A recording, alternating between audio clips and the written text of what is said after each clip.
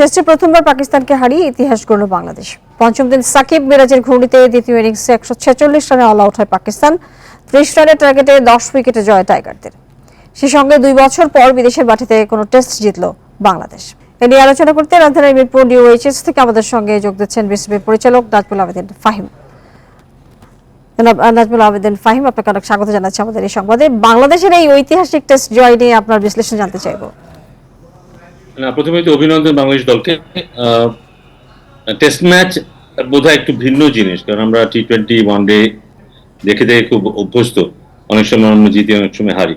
Test match এমন একটা খেলা যেখানে কিন্তু আপনার সেই পটেনশিয়াল না থাকলে জেতা খুবই কঠিন।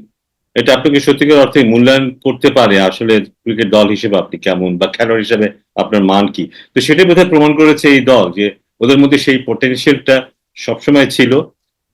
অনেক সময় সেই পটেনশিয়ালটা আমরা দেখিনি, এটা আউটকামটা দেখিনি। বাট এই টেস্ট ম্যাচে যেখানে আমরা হয়তো খুব বেশি আশা করিনি, কারণ গত কিছুদিন ধরে, বেশ কিছুদিন ধরে বলবো যে আমাদের পারফরমেন্স খুব খুব স্যাটিসফ্যাক্টরি ছিল না, কিন্তু সেই হিসেবে এটা একটা দুর্দান্ত পারফরমেন্স বলতেই হবে। কারণ পাকিস্তান কিন্তু পাকিস্তানের নিজের মাটিতে অত্যন্ত শক্তিশালী একটি দল, এবং আমার মনে হয় যে সেই কারণেই বোধহয় ওরা কিছুটা আন্ডারএস্টিমেট করেছে কিনা জানি না বাংলাদেশকে। বাট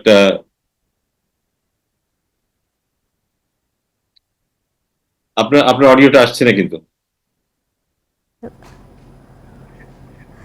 জি, বলছিলাম যে এই যে দেশের এই পরিস্থিতিতে পাকিস্তানের বাংলাদেশের এই জয় এবং ডমিনেট করে খেলেছে, সেই জায়গাটি কোন কোন জায়গাগুলো আসলে কাজ করেছে? আবার বলুন একটু, বুঝিনি। কোন কোন জায়গাগুলো আসলে এই জয়ের ক্ষেত্রে কাজ করেছে দেশের এই সার্বিক পরিস্থিতিতে? আমার মনে হয় যে আমরা যেই বৈষম্যহীন আন্দোলনের যে ব্যাপারটা দেখলাম, এটা আমাদের সবাইকে কিভাবে অনুপ্রাণিত করছে সেটা আমরা কিন্তু জানি। আমরা আমাদের বিভিন্ন জীবনের বিভিন্ন ক্ষেত্রে সেটা দেখতে পাচ্ছি। কিন্তু যে মানুষগুলি ঘরে থাকতো, কোনোদিন বাইরের দিকে তাকাতো না, কার কি হচ্ছে কিছু খেয়াল রাখতো না, সেই মানুষগুলোকে আমরা দেখছি এখন কিন্তু বন্যায় সবাইকে সাহায্য করার জন্য বেরিয়ে এসছে। এই যে মানুষের মধ্যে যে পরিবর্তনটা, সেটা বোধহয় সবার মধ্যে ছড়িয়ে পড়েছে। বোধহয় সবাই বোধহয় দেশটাকে নিজের মনে করছে, এবং ক্রিকেটারও বোধহয় এর বাইরে নয় কোথাও।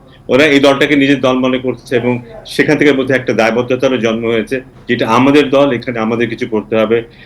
এবং আমার মনে হয় যে অনেক ফ্রেশ চিন্তা ভাবনা নিয়ে খেলেছে, এবং এটা বোধহয় একটা বড় কারণ যে ওদের যদি শারীরিক ভাষায় বলি কিংবা পারফরমেন্স দিক থেকে বলি, চেঞ্জটার বড় একটা কারণ হতে পারে।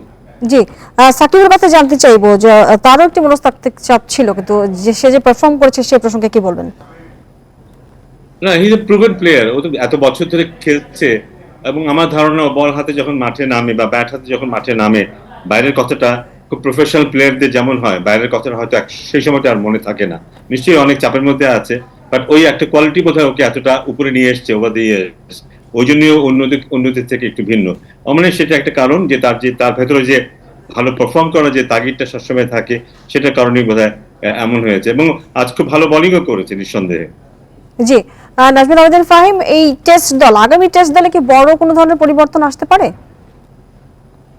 সেটা ডিপেন্ড করবে, কিন্তু আমরা এই মাঠে খেলবো, সো ওখানে বোধহয় উইকেটটা কেমন হতে পারে কিছুটা ধারণা তো আমাদের হয়ে গেছে। সো হয়তো আমরা এই দলই দেখতে পারি। তবে আমাদের রেগুলার ওপেনার জয় ইনজুরির কারণে প্রথম ম্যাচটা খেলতে পারেনি, সেখানে একটা পরিবর্তন আসার সম্ভাবনা আছে। এছাড়া আমার মনে হয় না খুব একটা পরিবর্তন আসবে। চেয়ারম্যান সিলেকশন কমিটি ওখানে আছেন, এবং উনি নিশ্চয়ই দেখছেন, কোচ ওখানে আছেন, ক্যাপ্টেন আছেন, ওরা নিশ্চয়ই এগুলি সব বিচার বিবেচনা করবেন। তবে যে উইকেটে খেলা হয়েছে আজকে, এই ভেন্যুতেই যেহেতু খেলা হবে, খুব পরিষ্কার একটা ধারণা সবারই হয়ে গেছে। আমার মনে হয় না খুব বেশি পরিবর্তন হবে সেই ওপেনিং একজন ব্যাটসম্যান ছাড়া। আর আরেকটা বিষয় জানতে চাইছিলাম যে বোলিং নিয়ে আপনি কি বলবেন? বিশেষ করে আমরা দেখেছি যে স্পিনের ইস্যুটি আসলে অনেক বেশি কাজে লেগেছে সেখানে, এবং ক্রিকেটের উন্নয়নে খুব শিগগিরই বড় কিছু পদক্ষেপ আসলে নেওয়া হচ্ছে কিনা?